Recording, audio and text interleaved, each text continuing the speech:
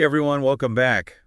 We're diving deep into the world of global finance today. Ooh, yeah. And, we've been talking a lot about the rise of the BRICS nations Yeah. lately. Yeah. And, how much of a threat do they really pose to the U.S. dollar? The one that's been sitting on the throne for so long. Right. Could these guys actually shake things up? Yeah, I mean, we're talking about some pretty big players here, right? Brazil, Russia, India, China, and South Africa. I mean, that's Yeah. a whole lot of economic power all banding together. Right. And I think what's really fascinating is that it's a relatively new alliance, right? Like, we're talking early 2000s. Yeah, pretty recent. And they're already making some serious moves. Right. Like, they're not just talking about wanting to change things. No, they're actually doing it. They're actually taking action. And I think that's what makes this whole thing so interesting. Absolutely. I mean, one of the things that really stands out is how fast they're growing, Yeah. economically. And they're not just growing, they're doing it in a way that, aims to move away from that sort of Western-centric financial system that we've all gotten so used to. Yeah, and that's a pretty bold move, right?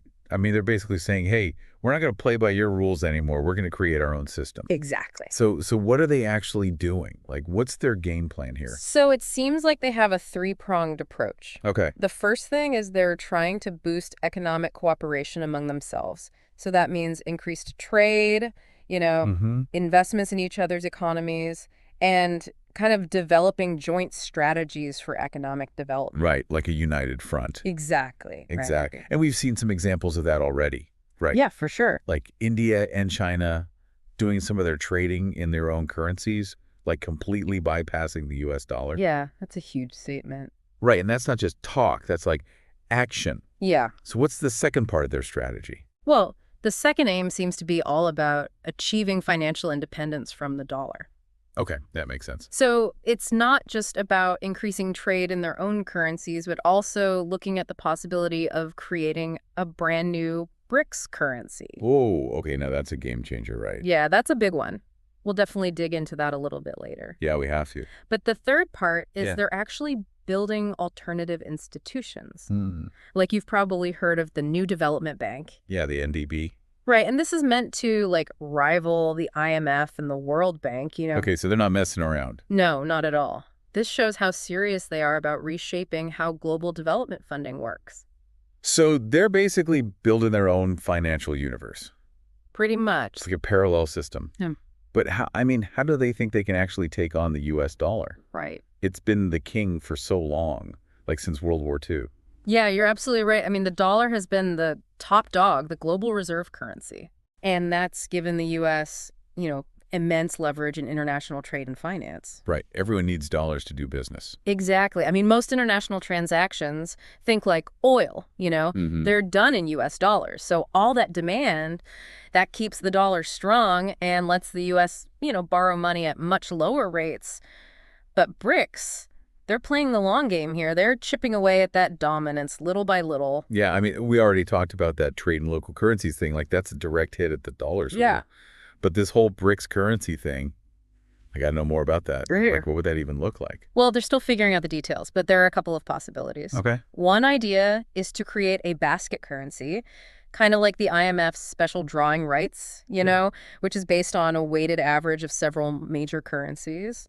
The other option is to go for a totally new unit, backed by maybe commodities like gold or oil, or even a shared reserve pool from the member nations. Oh, wow. So there are options on the table. Yeah, they're definitely exploring different avenues. Okay, so what about this expansion thing we keep hearing about, like bringing in Argentina and Saudi Arabia? That's got to give them even more power, right? Oh, absolutely. It's like they're building an alliance for this financial revolution. Right. The more countries they bring in, the more trade happens outside the dollar zone, and that just puts more and more pressure on the dollar's dominance.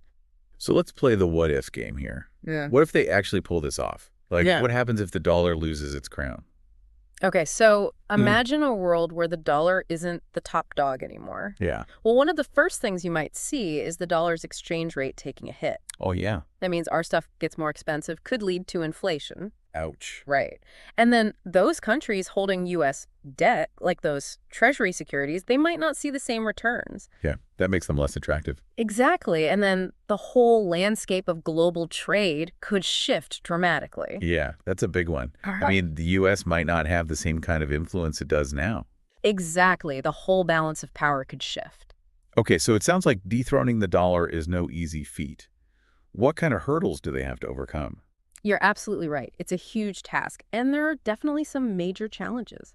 Like what? Well, first, you've got the diversity of their economies. Right, they're not all on the same page. Exactly. You've got democracies and authoritarian regimes, different economic systems, currencies with different levels of stability. Yeah, that's got to be tough to manage. It's like trying to herd cats, Yeah. getting everyone to agree, both economically and politically. That's a huge hurdle. And then there's the fact that the dollar is so deeply ingrained in everything. Oh, yeah. It's the go-to currency for most transactions. And Yeah. that level of global trust and liquidity, you can't just create that overnight. It's been built over decades. Exactly. And I'm sure there's going to be some pushback from the big institutions, right? Yeah. Like the IMF and the World Bank. Oh, for sure. They're not going to just sit back and watch their power slip away. Definitely not. They have a lot to lose if the dollar loses its grip on the global financial system. So where do you think this is all heading? It feels like we're at a turning point in global finance. I think you're right. We're witnessing a power shift in real time. Yeah. BRICS is a force to be reckoned with. Whether or not they completely dethrone the dollar, they're definitely shaking things up. We might be heading towards a multipolar financial world. Multipolar. Yeah, where power is more distributed and multiple currencies are competing for dominance. It's a fascinating time to be watching all this unfold. And it really is, and it makes you think. Like, how should we be reacting to this as individuals? Should we be thinking about diversifying our investments, maybe looking at currencies from BRICS nations, or maybe even holding some gold as a hedge against a potentially unstable dollar? Those are definitely good questions to consider. This is a dynamic situation. It is. And staying informed and adapting is going to be key. Absolutely. Well, thanks for diving deep with us today, everyone. This is a topic we'll definitely be keeping a close eye on. And make sure you join us next time as we explore another fascinating corner of the world. Keep those brains engaged. Oh, there. We'll see you in the next deep dive. See you then.